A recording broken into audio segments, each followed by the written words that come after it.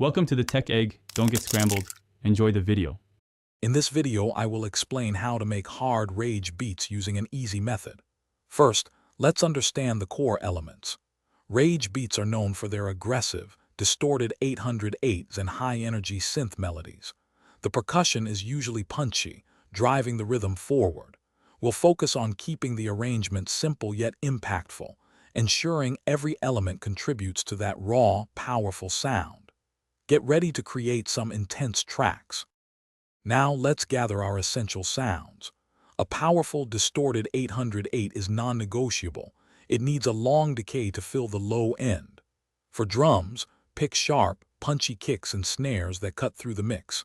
Don't forget crisp hi-hats and open hats to add bounce. Finally, select aggressive synth presets for your melodies and pads, aiming for sounds that evoke energy and intensity. These foundational elements are crucial for that authentic rage sound. With your sounds ready, it's time to arrange your beat.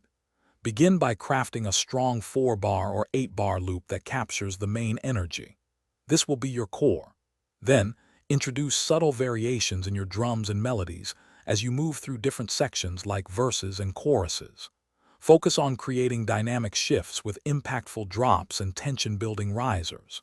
Remember, simplicity combined with strategic changes keeps the listener engaged and the energy high. Finally, let's talk mixing and mastering to get that professional polish. Ensure your 808 and kick drum hit hard and clean, without clipping, by carefully balancing their levels. Apply distortion and saturation to your synths to enhance their aggressive tone and make them stand out. A touch of reverb and delay can add depth without muddying the mix. Remember to check the description for a link to some great leak-proof meal prep containers and other deals. Master your track to a loud, impactful level, ready for listeners to enjoy. Thanks for watching. Consider subscribing if I helped unscramble your problems.